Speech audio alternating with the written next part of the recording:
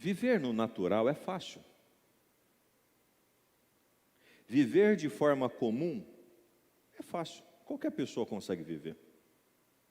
Mas nós precisamos orar a Deus, buscar em Deus para que nós possamos viver de forma então sobrenatural. Não pode ser algo comum. O comum todo mundo faz. Para viver uma vida comum, nós não precisamos estar na igreja. Para viver uma vida comum, nós não precisamos servir a Deus. Para viver uma vida comum, nós não precisamos ler a Bíblia, nós não precisamos de nada.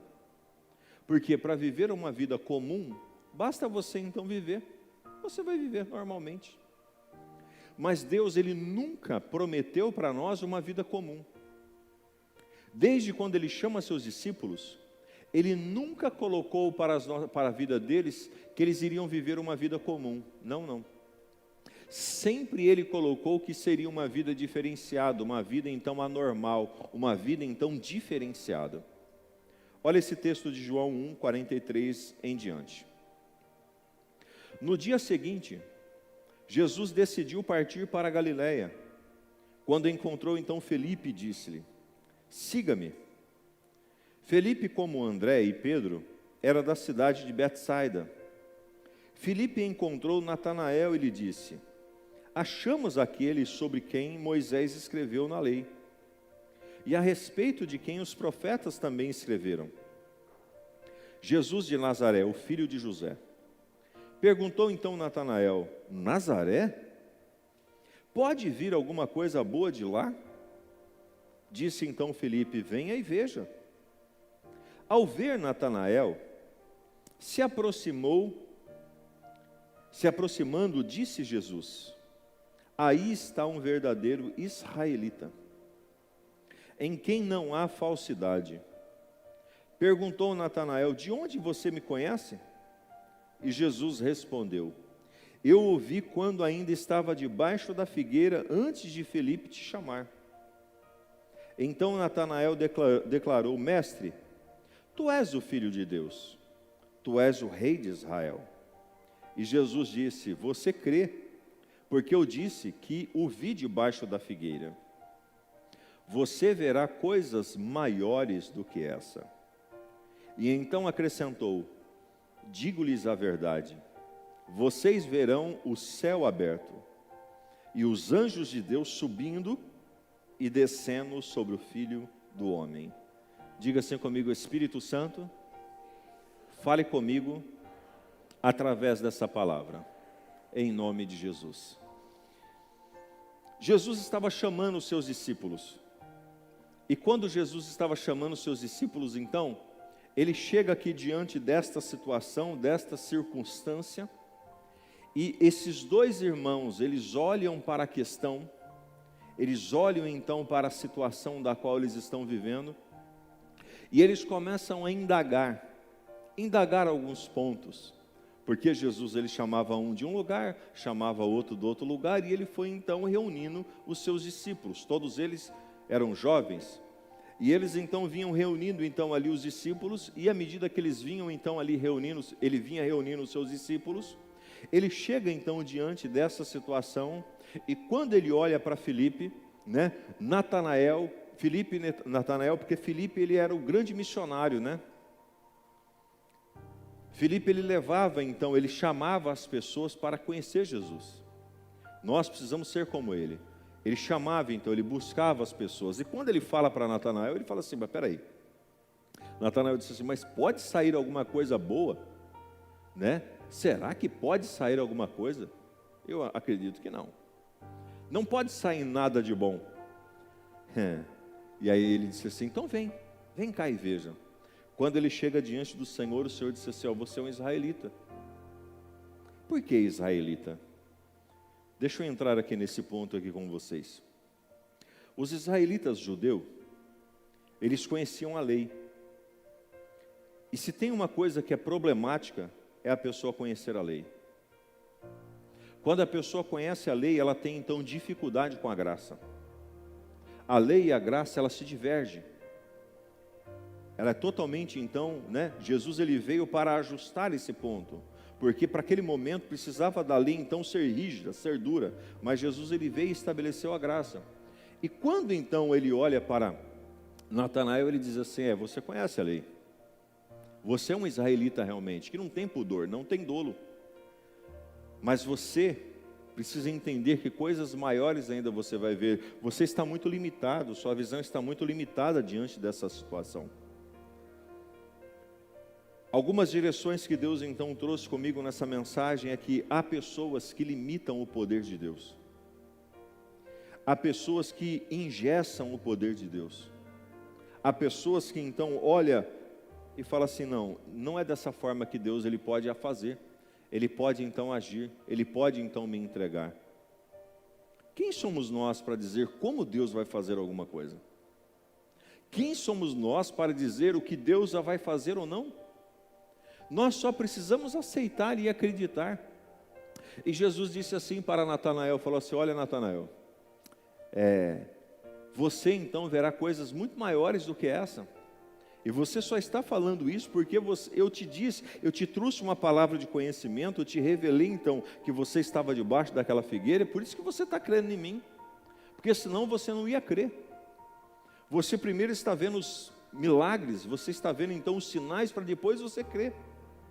E não é dessa maneira que você tem que fazer, mas olha, Natanael, se vocês acreditarem, vocês verão os céus abertos e os anjos de Deus subindo e descendo. Subindo e descendo. Oh, meu irmão, isso é coisa linda, isso é coisa maravilhosa. E aquelas pessoas ficaram então com o seu coração alegre, com o seu coração então, preparados para poder então viver aquilo. Os discípulos ficaram na expectativa de Jesus.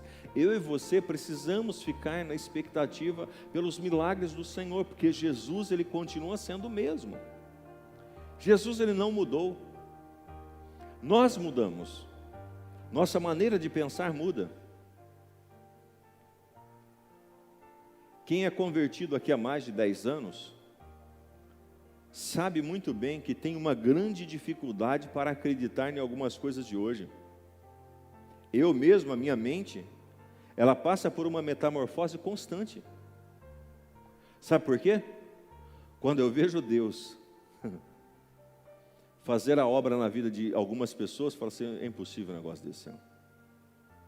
E Deus fala assim: toma, você não é religioso? Porque no fundo, todos nós somos religiosos. Só que aí de repente Deus começa a usar uma pessoa aqui. Deus começa então a levantar a outra pessoa ali. Deus começa então a fazer coisas com improváveis da vida. E você fala assim: poxa vida, não foi dessa maneira que eu aprendi. Não é dessa maneira que eu aprendi. Repare que até mesmo os professores de hoje precisaram se atualizar a formato deles ensinarem. As coisas são da mesma maneira, mas feitas de forma diferente. São diferenciadas as coisas.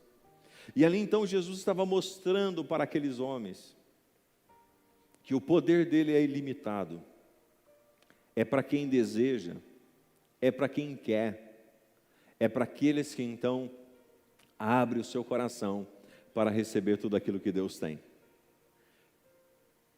Você precisa estar preparado, porque Deus vai levantar pessoas que você vai falar assim: Você vai olhar e falar assim: mas isso, Deus está no meio disso? Tá. É dessa forma? É. Porque Deus está quebrando os padrões. Olhe para cá e preste atenção. Sabe por que muitos milagres não acontecem mais dentro das igrejas?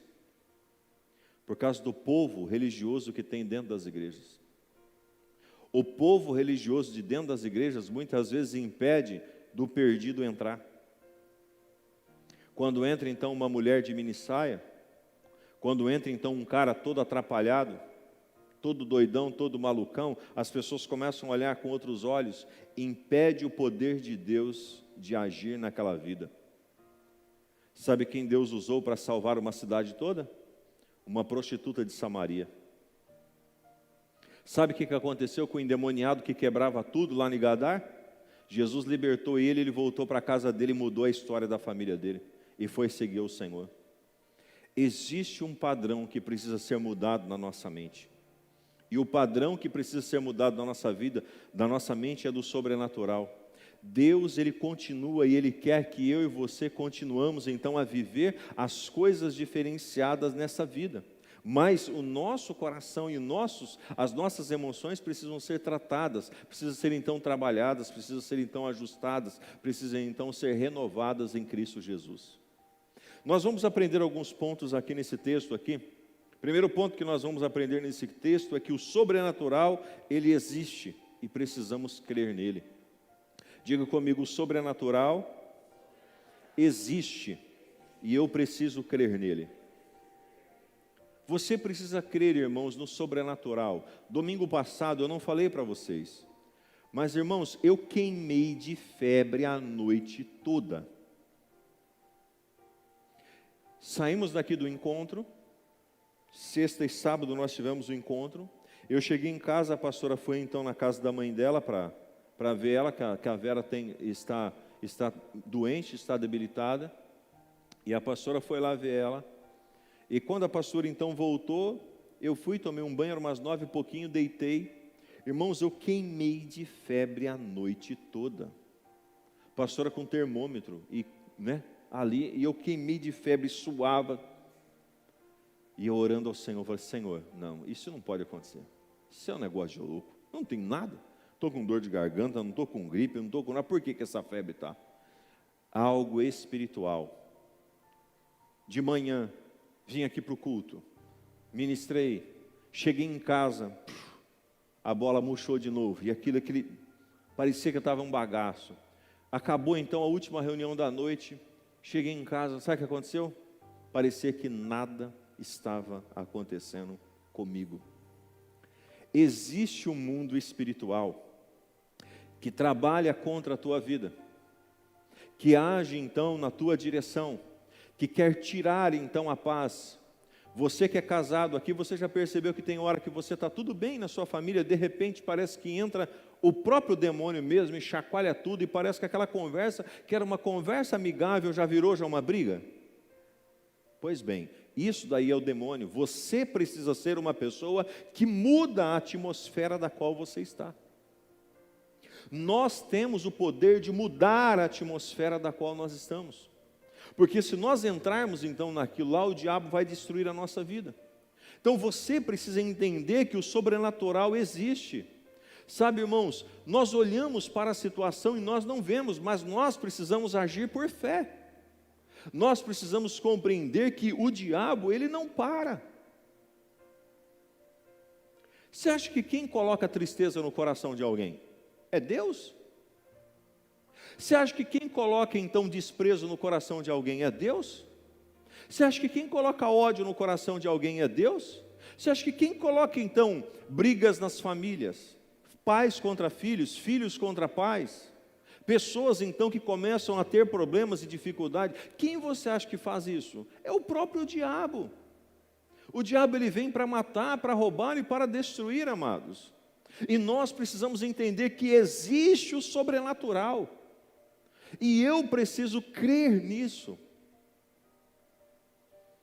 Irmãos, as pessoas batem seus tambores, fazem seus trabalhos, criam então tantas situações de voodoo e de etc e tal, para destruir a vida das pessoas, destruir casamentos, destruir então o trabalho, destruir então empresas, destruir então saúde.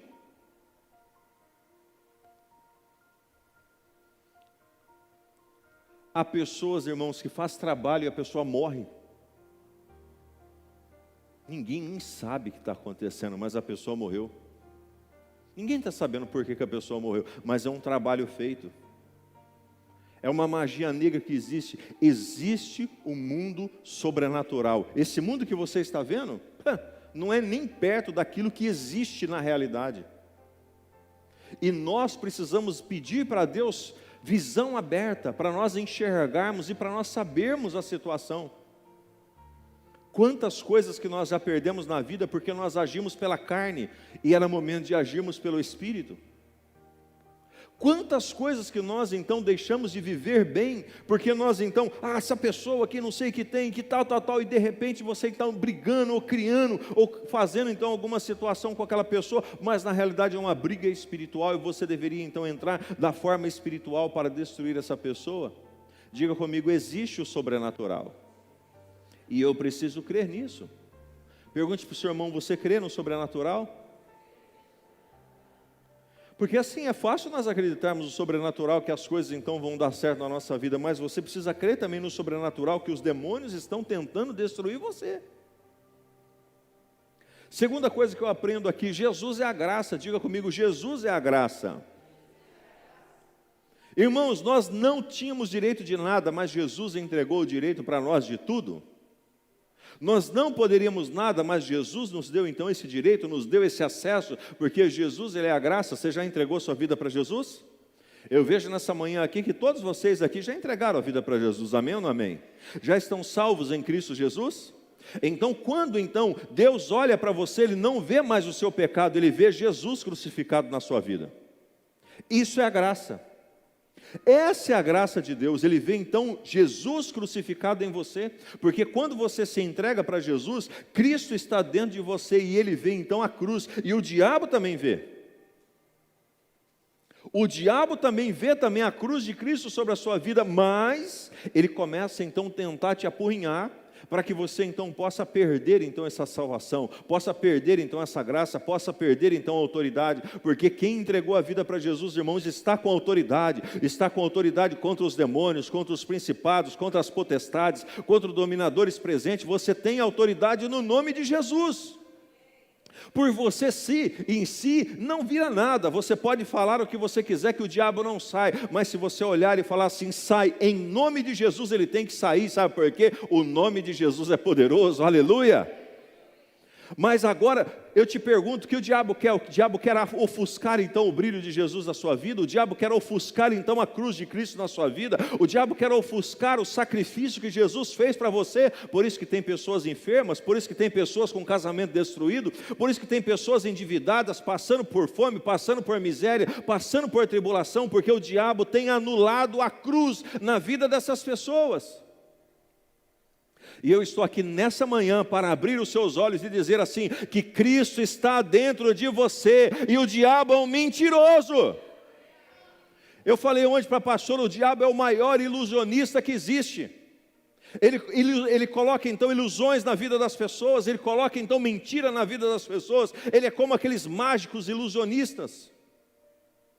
E as pessoas têm acreditado que o casamento não vai dar certo, têm acreditado que a vida familiar não vai dar certo, têm acreditado então que o trabalho não vai dar certo. Eu estou aqui para te dizer que Cristo está na sua vida, Jesus morreu por você e a graça foi estabelecida. Jesus é a graça. Diga comigo, Jesus é a graça. Diga assim, eu não merecia nada, mas através dele eu posso todas as coisas. Aleluia, vamos falar de novo, eu não merecia nada, mas através dele eu posso todas as coisas. Novamente, eu não merecia nada, mas através dele eu posso todas as coisas. Aleluia. Você recebe a palavra, então se manifesta como quem recebe. Jesus é a graça. É a graça que então nos faz, porque Jesus enxergou Natanael lá, enxergou então lá no fundo, ele olha então para aquela situação, ele diz assim, eu te vi você debaixo daquela figueira, Natanael. A visão está aberta. Quando nós temos Jesus em nós, a nossa visão se abre, e nós entendemos que aquilo que nós estamos vivendo não são comparadas com a glória que há de ser revelada em nós, aleluia. Eu quero te dizer que não importa a luta que você está, seguro e firme, vai passar, as tempestades passam, Jesus é a vitória na sua vida. Quando eu creio que Jesus é a graça, quando eu creio que Ele está em mim, então Ele vai brilhar através da minha vida. Meu casamento será uma bênção, minha vida familiar vai ser uma bênção, minha vida financeira será uma bênção, meu ministério será uma bênção, porque Cristo está em mim e o diabo não pode contra a minha vida. Eu vejo as pessoas potencializarem o diabo, colocarem o diabo como então, ele é poderoso, ele é isso, ele é aquilo. Meu irmão, até uma criança que entende o nome de Jesus pode expulsar o diabo. Quanto mais você, com o entendimento que você tem. Só que sabe qual que é a dificuldade? Quanto mais de Deus você tem, menos dúvida de quem você terá. Quanto mais dúvidas você tem, menos de Deus está dentro da sua vida. Porque se eu tenho certeza da minha salvação, se eu tenho certeza de quem eu sou em Cristo Jesus, as minhas dúvidas somem, e eu sei que eu sou mais do que vencedor em Cristo Jesus, e o diabo não vai parar a minha vida, o diabo não vai destruir a minha vida. E eu me coloco então nessa direção, porque o mundo espiritual, sobrenatural existe e ele está presente entre nós. Diga comigo, Jesus é a graça. Terceiro ponto que eu aprendo, que os anjos de Deus sobem e descem, precisamos aproveitar isso. Meu irmão e minha irmã, a Bíblia diz que os anjos de Deus vão subir e descer. Eu quero te dizer que os anjos de Deus sobem com o seu pedido e descem com a sua vitória. Sobe com o seu pedido e desce com a sua vitória. Nós precisamos orar para que o anjo da guarda esteja junto conosco. As pessoas aprenderam isso, né? O catolicismo ensinou muito isso sobre o anjo da guarda, o anjo que protege, o anjo que está perto. E as pessoas então vêm para o evangelho e dizem, não, mas não tem anjo nenhum. Não tem aquele anjo que nós conhecemos, que tem aquela áurea assim, que fica então pendurado. Então ficava pendurado no quarto, ficava pendurado então em cima da cabeceira da cama dos nossos filhos. Não é esse anjo não, é o anjo que está agora aí do teu lado. É o anjo que agora vai tocar na tua vida e vai aquecer as suas mãos. Como o Garcia falando aqui para mim, pastor, eu disse assim para ele, Garcia, hoje a oração nossa é que os anjos visitem essa igreja. Eu falei para ele ali na porta, e ele disse assim, pastor, sexta-feira eu estava orando e minhas mãos estavam esquentando. É o poder de Deus, e é o poder de Deus, o anjo de Deus traz o poder de Deus para a sua vida. Vai esquentar as suas mãos. Vai trazer então, de repente você vai sentir um vulto, um vento passando em você. Não é aquele espírito maligno que vai destruir você, não. É o anjo do Senhor que está trazendo então a vitória para a sua vida. Há anjos guerreiros, há anjos gladiadores, há anjos de proteção, há anjos protegendo a nossa vida. Mas eu preciso crer. Se eu acredito que há demônios, eu preciso acreditar que há anjos. Olha para o seu irmão e pergunte para ele, você acredita nisso? Nós precisamos pedir que os anjos venham em nossa reunião. Quanto mais tiverem, mais forte será a unção. Levanta a sua mão e diga assim, Senhor, envia o exército de anjos para esse lugar nessa manhã, para que a unção aumente, para que o calor aumente, para que a pressão aumente. Aleluia! Quanto mais anjos estiver na tua casa, quanto mais anjos estiver no seu trabalho, quanto mais anjos estiver dentro do teu carro, mais unção você terá. Menos o diabo estará na sua perseguição, porque a Bíblia diz que ao nosso redor estão os anjos do Senhor, ao nosso redor estão os anjos do Senhor. Pastor, mas o nosso derredor está o demônio, bramando como um leão, porque o demônio ele é um falsário. Ele não passa de um gato vira-lata, que nem miau ele sabe falar, e ele quer ser leão. E alguns estão, é o leão, ele está aqui me atrapalhando. Manda ele embora em nome de Jesus, porque o leão da tribo de Judá está dentro de você, está dentro da sua vida, meu irmão. Se você acredita que há demônios que nos atacam e nos perseguem, porque não cremos que os anjos do Senhor estão para nos guardar e nos ajudar e receber as bênçãos alcançadas por Cristo Jesus. Meu irmão e minha irmã, nós estamos ganhando de 2-1. A Bíblia diz que 1/3 parte dos anjos caíram e se transformaram nos demônios. Ou seja, para cada demônio tem 2 anjos para dar um pau nele. Cada demônio que te perturba tem 2 anjos do Senhor para te proteger. Mas alguns ficam olhando e falam, será? Fique nessa dúvida, meu irmão, porque a dúvida e a fé, ela não combina, ou você tem fé ou você tem dúvida. Eu estou dizendo que há anjos do Senhor aí na tua vida, aleluia. Há anjos do Senhor te protegendo a sua cabeça, protegendo o seu coração, protegendo as suas emoções, está protegendo a sua casa, está protegendo os seus filhos, está protegendo a sua vida.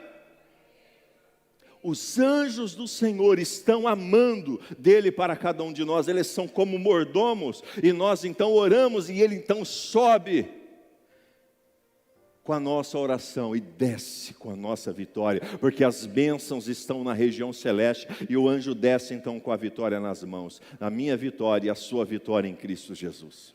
Jesus já conquistou, e a Bíblia diz que o Senhor, Ele estava sempre com os anjos. A Bíblia diz que quando Jesus estava no deserto, quem foi lá para servir Ele depois do deserto? Depois dos dias de 40 dias que Ele estava lá então com fome e com sede, quem que veio para servir Ele? Quem veio lá para servir Ele? Os anjos. Quando Jesus subiu, Ele disse o que para aqueles discípulos? Que vocês verão os anjos subirem sobre a minha cabeça. Ei, meu irmão, há anjos do Senhor sobre a nossa vida, e Ele está aqui. O Senhor já enviou os seus anjos, e eu creio que aqui Ele está, e esses anjos têm presentes para entregar para a nossa vida. As pessoas acreditam no Papai Noel, e nós acreditamos no Papai do céu, que entrega as bênçãos e os presentes. Mas você já pediu? As crianças fazem carta para o Papai Noel. Papai Noel, eu quero uma bicicleta. Papai Noel, eu quero então eu quero um skate novo. Papai Noel, eu quero uma boneca tal. Papai Noel, eu quero isso. Hoje as crianças são mais atualizadas. Papai Noel, eu quero um iPhone.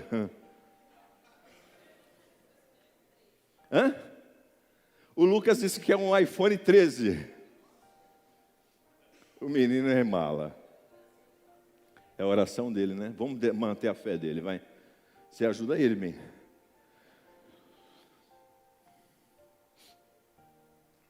As pessoas então colocam seus pedidos, e nós fazemos o quê? Senhor, eu creio que o Senhor tem muitas bênçãos para entregar na minha vida. Então, nós precisamos acreditar que os anjos de Deus, eles sobe e desce, sobe e desce, sobe e desce. Olha para o seu irmão e diga assim: há um anjo do Senhor com a escada aí na sua cabeça, aí ó, subindo com a sua oração e descendo com a sua vitória. Aleluia! Eu creio que isso está acontecendo sobre as nossas vidas. Nós precisamos crer nisso, amados. Olha para cá, nós somos cristãos, nós somos crentes, nós cremos no sobrenatural.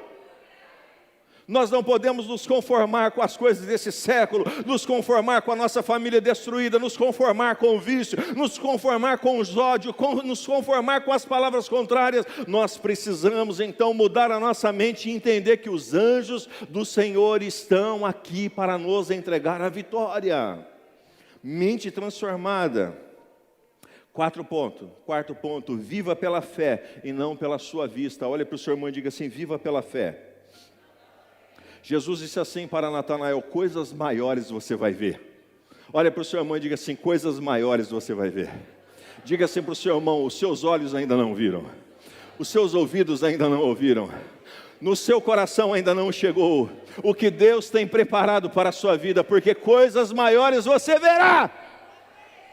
Eu falo para uma igreja então em fé aqui, coisas maiores você tem que viver por fé. Sabe o que é a fé, irmãos? É você lançar o pão sobre as águas e esperar então que o Senhor traga a provisão. É você entender que então você precisa tocar nas águas para as águas se abrirem, e à medida que você toca, o mar vai se abrir na sua direção. É isso que você precisa crer, essa é a fé que você precisa ter. Senão não tem sentido de sermos cristãos. Se nós olharmos para a situação e não tivermos então fé para mandar o diabo sair, se nós não tivermos fé para mandar a enfermidade sair, se nós não tivermos fé para mandar então os problemas familiares sair, não tem sentido de ser cristão. Nós não vivemos um evangelho, irmãos, barato. Nós vivemos um evangelho que foi pago pelo sangue de Cristo. A graça foi estabelecida para a minha vida e para a sua vida, e junto com ela todas as coisas nós temos direito. Eu sou então merecedor através do sangue de Jesus em todas as coisas. Eu sou merecedor. Você pode dizer isso comigo? Eu sou merecedor de todas as coisas através de Cristo Jesus. Diga novamente: eu sou merecedor através de Cristo Jesus de todas as bênçãos sobre a minha vida. Tem pessoas que falam assim: ah, Senhor, se o Senhor resolver me dar uma bênção, para de orar desse jeito, meu irmão, você não está mendigando nada. Você precisa chegar diante de Deus, olhar para o diabo e falar assim: ó diabo, esse daqui, ó, o meu Deus, pagou o preço pela minha vida, e você tira a mão do que é meu. É essa autoridade que você tem que ter, é essa força que você tem que ter, é essa graça que você tem que sair daqui nessa manhã. Esse é o sobrenatural, quando eu olho para as coisas que parecem impossíveis e elas se tornam possíveis na minha vida. que tira a pessoa então no trabalho então e coloca ela então como patrão, que tira ela de cabeça, de cauda, coloca ela então como cabeça, que tira então um casamento destruído e coloca então ele com um casamento então restabelecido. Aquele que não tinha nada passa então a dar e a emprestar para outras pessoas. É isso que Deus faz quando eu creio.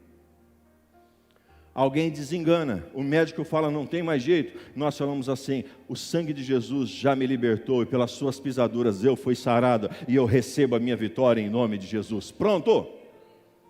Ah não, já está acabado, já definido. Não está acabado, nada está acabado, só acaba quando tudo termina e ainda não terminou. Olha para o seu irmão e diga assim: não terminou. Jesus ainda vai fazer coisas maiores na sua vida. Diga para ele ou para ela: viva por fé e não por vista. Se você viver por vista, irmãos, a sociedade está um caos. A quarta onda do Covid está chegando. Se você viver por vista, você vai então olhar e falar assim: eu não tenho dinheiro para me fazer um churrasco bom no final do ano. Ei, você tem dinheiro sim, meu irmão. Você terá o suficiente para você comer e beber o melhor dessa terra. Essa é a palavra do Senhor para a nossa vida. Se você olhar pela vista, você vai falar assim: não dá. Mas se você olhar pela fé, você vai falar: eu posso todas as coisas naquele que me fortalece. Aleluia! Olha para o seu irmão e diga assim: você pode todas as coisas naquele que te fortalece. Se coloque de pé no nome de Jesus. Eu encerro essa mensagem com 1 Coríntios 2:9. Você pode ler comigo 1 Coríntios 2:9 no 3 aí? 1, 2, 3.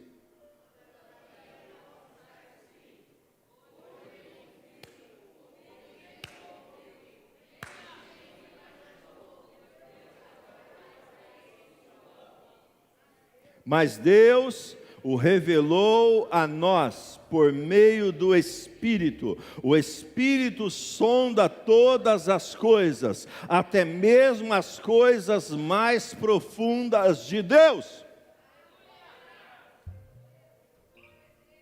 O Espírito sonda todas as coisas mais profundas de Deus. É o sobrenatural que vocês vão cantar, Tamires? Olha para o seu irmão, diga assim: o sobrenatural de Deus vai acontecer na sua vida. Feche os seus olhos agora, queridos, e eu quero te perguntar: o que precisa acontecer para você? Pastor, minha vida está tudo bem, não preciso de nada diferente. Não, pastor, a minha vida está... eu preciso de uma mudança, pastor. Eu preciso de uma transformação. Eu preciso de algo diferente acontecendo na minha vida. Você que precisa de um milagre. Você que precisa de uma cura, de uma libertação, de uma restauração em algum ponto, em alguma situação. Eu quero te convidar você para dar um passo à frente e vir ao altar e buscar a presença de Deus.